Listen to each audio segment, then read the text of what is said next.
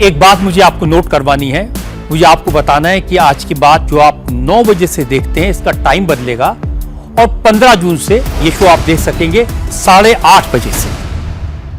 मैं ये कह रहा हूं, इन्होंने अभी आपके सामने कहा कि बॉर्डर से कोई भी आ रहा है और कोई भी जा रहा है, जहां जिसको जाना होगा वो जा रहा है। तो यही वजह है कि पहलगाम में 200 किलोमीटर अंदर आके आतंकवादी मार के चले गए।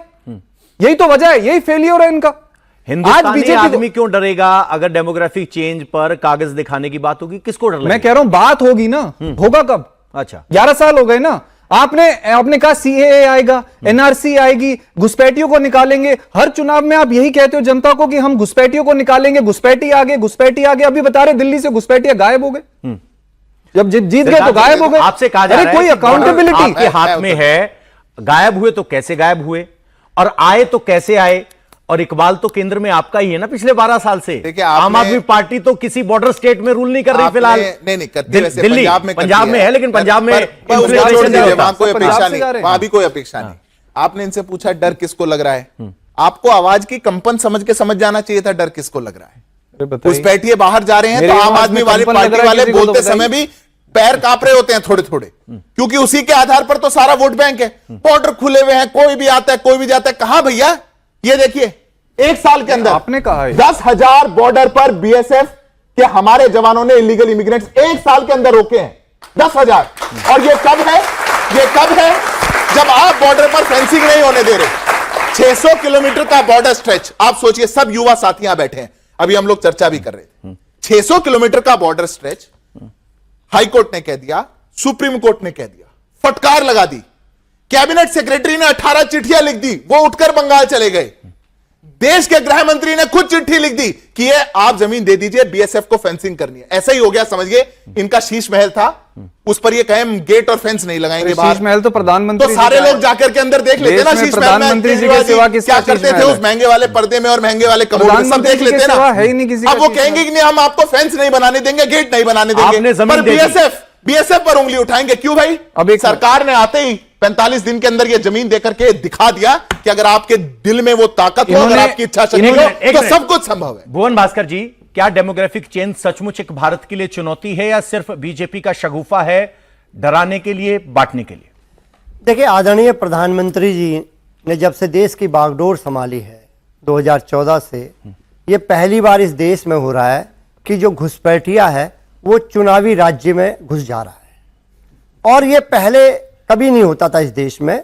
और ये शुरुआत आप देखेंगे बिहार से हुई थी। बिहार के बाद घुसपैठिए, जब चुनाव खत्म हुआ तो घुसपैठिए खत्म हो गए, बंगाल पहुंच गए। अब उत्तर प्रदेश और उत्तराखंड राज्यों में चुनाव है तो घुसपैठिया ट्रांसफर हो जाएगा उत्तर प्रदेश और उत्तराखंड में।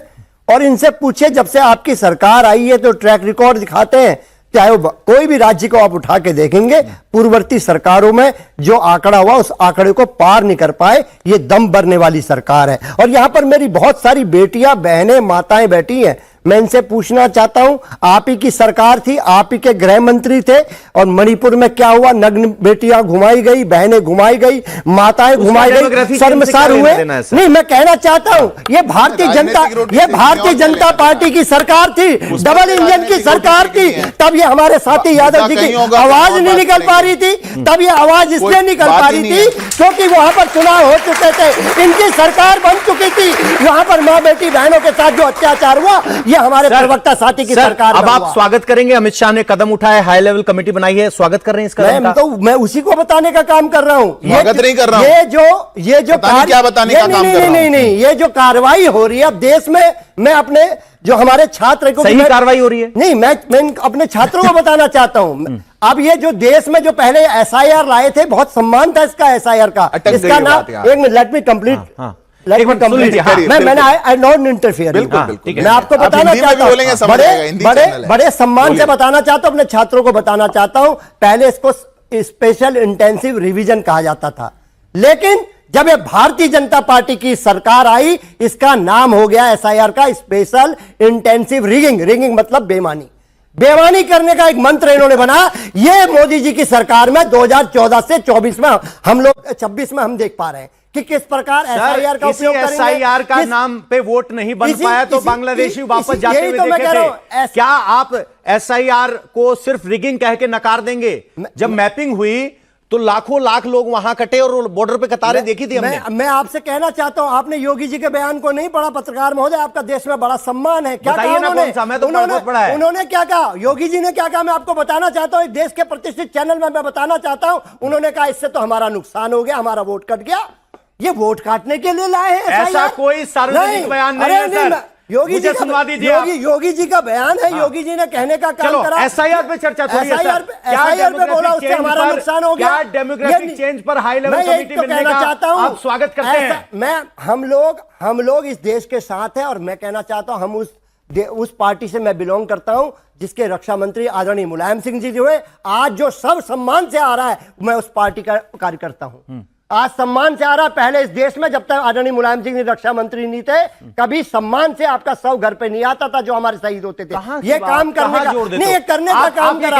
हम यहाँ पर इनकी वाहवाही करने नहीं आए। समाजवादी पार्टी का समर्थन मिल रहा है। प्लान ऑफ एक्शन क्या है? क्या अब सीए भी होगा? कागज कैसे जांचे जाएंगे? प्लान ऑफ एक्शन क्या है?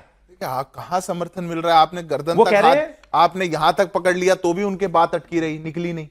आप पीछे मुड़ करके किसी से पूछिए क्या इस देश में घुसपैठिया होना चाहिए? कोई मना नहीं करेगा। पूरा विश्वास नहीं होना चाहिए।